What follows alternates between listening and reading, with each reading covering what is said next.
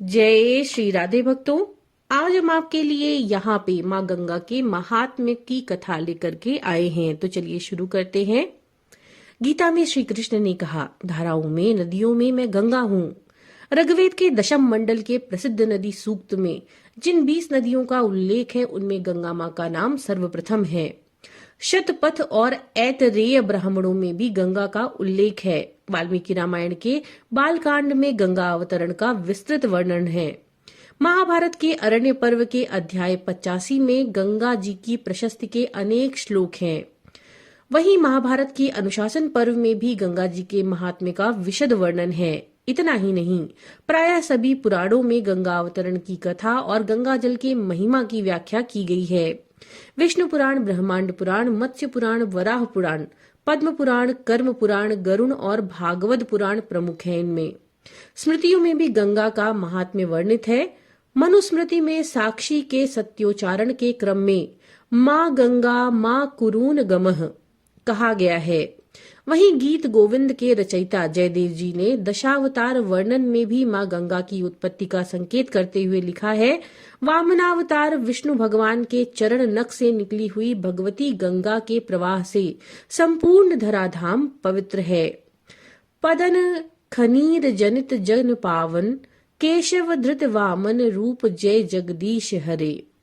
महर्षि वाल्मीकि की रचना के रूप में प्रसिद्ध एक स्तोत्र गंगाष्टक में कहा गया है कि भगवान विष्णु के चरणों से निकली हुई गंगा भगवान शंकर के मस्तक पर विचरती हुई हमें पवित्र करे। विष्णु जी से शिव जी तक गंगा की यात्रा में एक और पड़ाव पुराणों में माना गया है। विष्णु जी के चरणों से निकलकर ब्रह्मा जी के कमंडल में समा जाती हैं, फिर वहां से निकलती हुई शिव जी की जटा का आश्रय लेती हैं। ब्रह्म वैवर्त पुराण में ब्रह्मा जी द्वारा गंगा जल के धारण की कथा आई है। इसके प्रकृति खंड के 11वें अध्याय में लिखा गया है, चंद्रशेखर भगवान शिव की जटा में घूमती हुई माँ गंगा पृथ्वी की ओर चली। शिव की जटा में गंगा के इस भ्रमण का वर्णन रावण कृत शिव तांडव स्तोत्र में मार्मिक रूप से हुआ है। यह महात्मा भागीरथ का अथक प्रयास था कि गंगा स्वर्ग से पृथ्वी पर आईं। श्रीमद् भागवत के 9वें स्कंद के 9वें अध्याय में गंगा अवतरण का संक्षिप्त किंतु समग्र वृत्तांत उपलब्ध है, जिसके अनुसार कपिल मुनि के शाप से जब सगर के हजारों पुत्र भस्म हो गए, तब सगर की दूसरी पत्नी केशिनी से उत्पन्न पुत्र अंशुमान यज्ञ के घोड़ा के अन्वेषण में निकले और कपिल मुनि के आश्रम में अपने पितृव्यों के भस्म दिखे। कपिल मुनि को प्रसन्न कर उन्होंने अपने उद्धार का उपाय पूछा। तब उनके उपदेश से वे अश्व को लेकर राजधानी लौटे। सगर ने यज्ञ समाप्त किया और अंशुमान को राजा बनाकर संन्यास ग्रहण किया। अंशुमान भी गंगा अवतरण के लिए तपस्या करते हुए दिवंगत हुए। तब अंशुमान के पुत्र दिलीप भी आजीवन तप करते रहे। दिलीप के पुत्र भागीरथ ने गंगा जी की आराधना करते हुए घोर तपस्या की। तपस्या से प्रसन्न होकर गंगा जी ने कहा कि मेरी धारा के वेग से पृथ्वी छिन्न भिन्न हो जाएगी और मैं सीधे पाताल लोक चली जाऊंगी।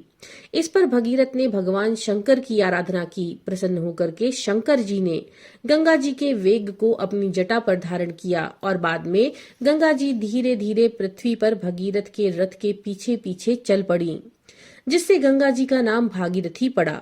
एक अन्य कथा के अनुसार इस रास्ते में महामुनि जन्हु तपस्या कर रहे थे। उन्होंने गंगा के प्रवाह को उनके औद्धत समझ करके क्रोध से चुल्लू में उठाकर पी लिया। बाद में भगीरथ द्वारा वस्तु स्थिति प्रकट करने पर और स्तुति करने पर प्रसन्न होकर जन्हु ने अपनी जंघा चीरकर गंगा जी को मुक्त किया, जिससे वे जाह्नवी के नाम से विख्यात हुई। ब्रह्म वैवर्त पुराण के कृष्ण जन्म खंड के 34वें अध्याय में भी गंगा जी के विभिन्न नाम के साथ नामकरण की कारण की चर्चा हुई है।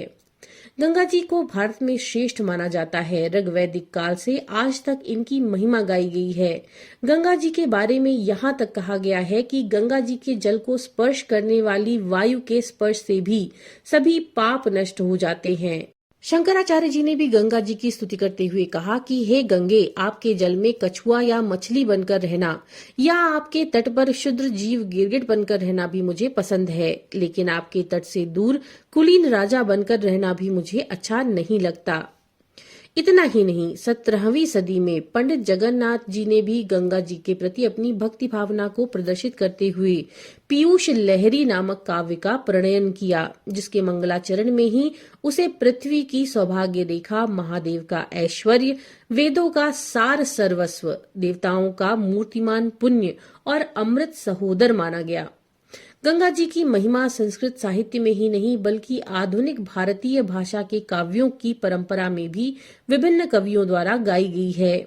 विद्यापति की भावना तो माता गंगा के साथ इतनी अद्वैतमयी हो जाती है कि गंगा स्नान के समय अपने चरणों से गंगा के स्पर्श पर उन्हें अपराध बोध होता है और वे कहते हैं, एक अपराध क्षमव मुर जानी, परसल माय पाए तुअ पानी। इतना ही नहीं, तानसेन जी, रहीम आदि मुस्लिम कवियों ने भी गंगा की भावभीनी स्तुति की है।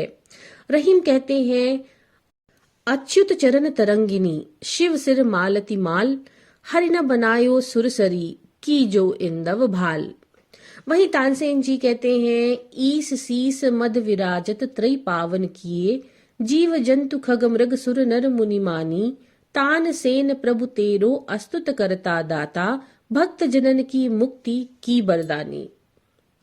धर्मशास्त्र की परंपरा में भी गंगा जल को अत्यंत पवित्र मानकर उसे सदा पुण्य कहा गया है। श्रावण और भाद्रपद के दिनों में अन्य नदियों को रजस्वला मानकर स्नान करने का निषेध किया गया है, लेकिन वहीं यमुना, गोदावरी आदि नदियों के साथ गंगा को भी पवित्र माना गया है।